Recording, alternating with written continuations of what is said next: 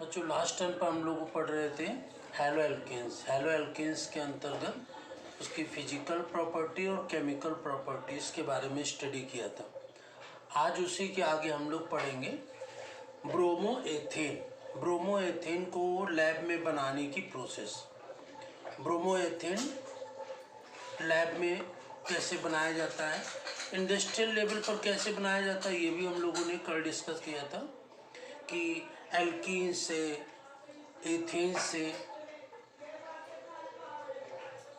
ब्रोमोएथेन कैसे बनाते हैं, इसको डिस्कस किया था। आज उसी के आगे पढ़ते हैं ब्रोमोएथेन को कैसे बनाया जाता है। ब्रोमोएथेन का उपयोग किस में किया जाता है? लोकल एनेस्थीसिया के रूप में यूज किया जाता है, और इसके अलावा और दूसरे डिफरेंट कंपाउंड्स हैं उनको बनाने में इसका उपयोग किया जाता है ब्रोमोएथेन का।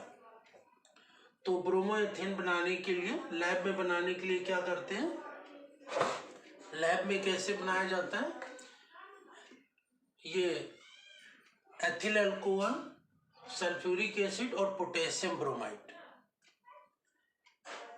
इन तीनों कंपाउंडों की सहायता से ये ब्रोमोएथेन बनाते हैं। इसके लिए क्या लेते हैं, एक आसवन फ्लास्क या डिस्टिलेशन फ्लास्क लेते हैं, आसवन फ्लास्क या डिस्टिलेशन फ्लास्क। इसको स्टैंड से लगा देते हैं और इस डिस्टिलेशन फ्लास्क या आसवन फ्लास्क के नीचे सैंड बॉथ या बालू ऊष्मक या सैंड बॉथ लगा देते हैं, और इसको एक कार्क लगा करके डिलीवरी ट्यूब या निकास नली के सहायता से लीबिक कंडेंसर या वाटर कंडेंसर या जल संघनित्र से जोड़ देते हैं। ठीक है ना, इसमें एक तरफ से पानी अंदर जाता है और दूसरी तरफ से बाहर निकलता है, तो ये नली ठंडी बनी रहती है। और ये क्या है, एडेप्टर। और एडेप्टर को किस में जोड़ देते हैं, वो विकल्प में जिसमें कि ठंडा पानी भरा होता है।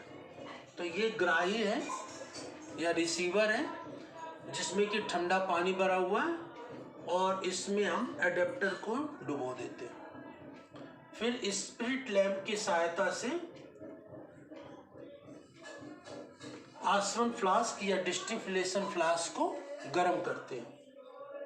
ठीक है ना, आसवन फ्लास्क को हम स्पिरिट लैंप या बर्नर की सहायता से गर्म करते हैं, तो एथिल अल्कोहल, सल्फ्यूरिक एसिड और पोटेशियम ब्रोमाइड की आपस में क्रिया होती है, जिसके फलस्वरूप ब्रोमोएथेन बनता है। और ये ब्रोमोएथेन की वेपर जाती है वाटर कंडेंसर में, यहाँ से ठंडी होकर के ठंडे जल में ब्रोमोएथेन प्राप्त हो जाती है। ब्रोमोएथेन जल से भारी होती है, तो इसको जो मिश्रण प्राप्त होता है, इसको एक पृथककारी की सेपरेटिंग फनल, पृथककारी की या सेपरेटिंग फनल में भर लेते हैं। तो ये वाटर सोल्यूबल है नहीं, तो वाटर की लेयर और ब्रोमोएथेन की लेयर अलग अलग हो जाती हैं, और इसको पृथककारी की सेपरेटिंग फनल के द्वारा सेपरेट कर लेते हैं। अब इसमें देखते हैं रिएक्शन, जैसे कि ये सल्फ्यूरिक एसिड और KBr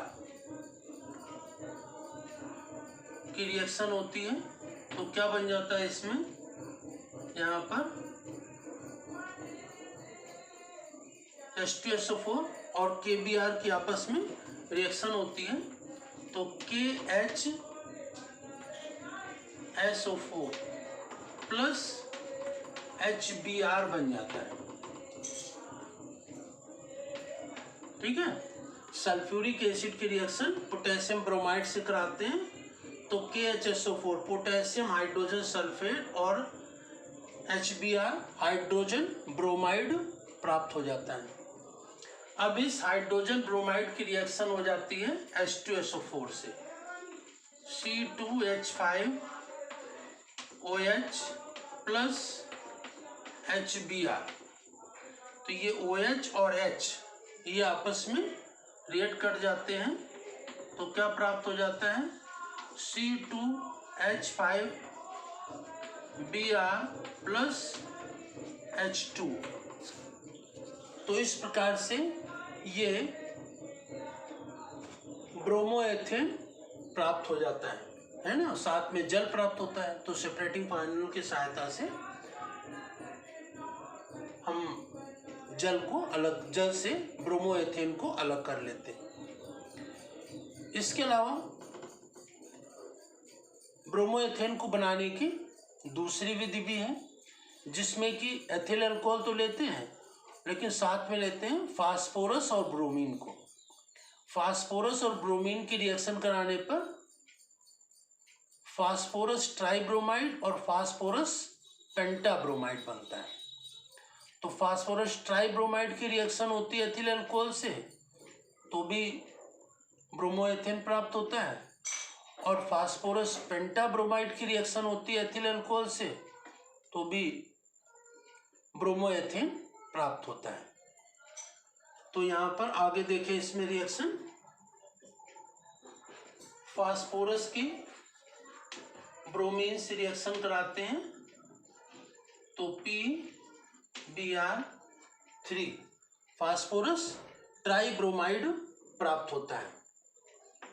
ठीक है ना। यहाँ पर फास्फोरस 2 ब्रोमीन 6 और इसी तरीके से फास्फोरस की ब्रोमीन से रिएक्शन कराएं तो फास्फोरस पेंटाब्रोमाइड भी प्राप्त होता है। क्या प्राप्त होता है, पेंटाब्रोमाइड। और इसमें भी देखिए यहाँ पर फास्फोरस 2 ब्रोमीन 5 दूनी 10 और ब्रोमीन 10। तो फास्फोरस की ब्रोमीन से क्रिया होती है तो फास्फोरस ट्राइब्रोमाइड और फास्फोरस पेंटाब्रोमाइड प्राप्त होता है। अब इसमें फास्फोरस ट्राइब्रोमाइड या पेंटाब्रोमाइड किसी की भी रिएक्शन एथिल अल्कोहल से होती है तो क्या प्राप्त होता है, ब्रोमोएथेन प्राप्त हो जाता है। तो इसी प्रकार से देखें, एथिल अल्कोहल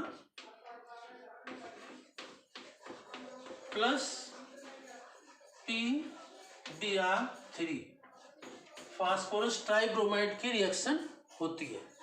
तो यहाँ पर C2H5Br प्लस ये ब्रोमोएथेन प्राप्त हो जाता है और प्राप्त होता है H3PO3।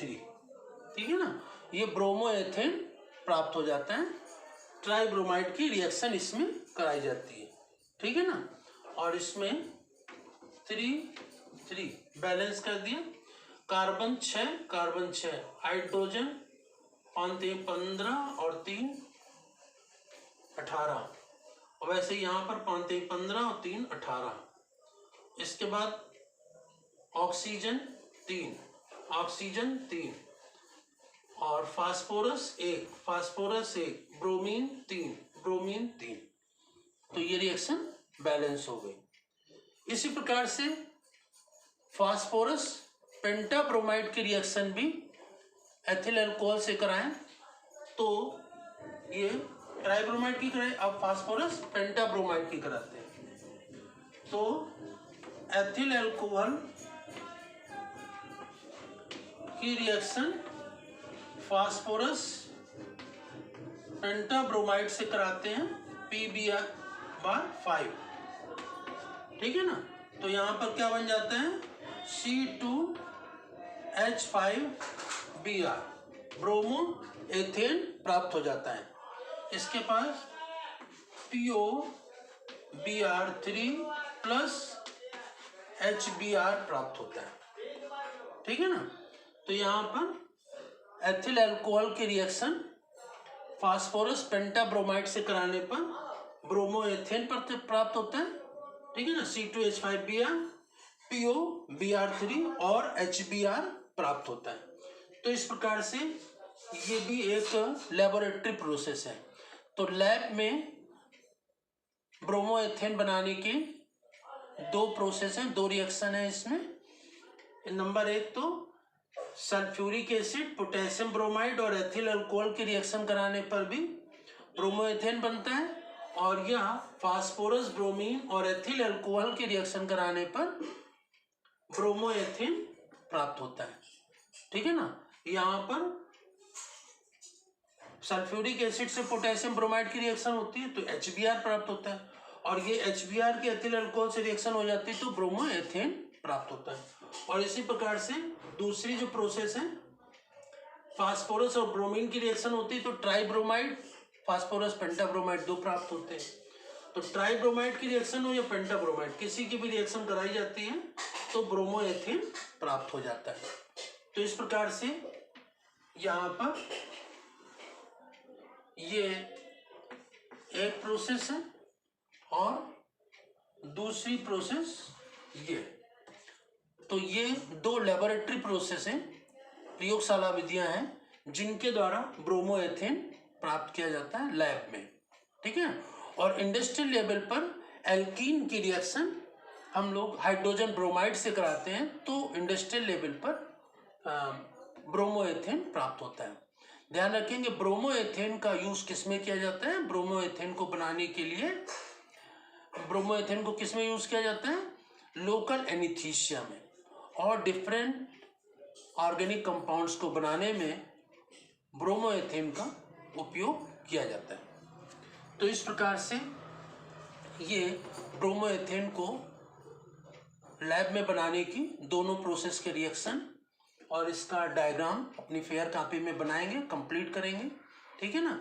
और इसके पश्चात जो प्रॉपर्टीज हैं ब्रोमोएथेन की, पर्टिकुलर ब्रोमोएथेन की, वैसे तो हैलो एल्केन्स की पढ़ चुके हैं, लेकिन ब्रोमोएथेन की प्रॉपर्टीज क्या है उसको हम नेक्स्ट टर्म पर डिस्कस करेंगे। धन्यवाद।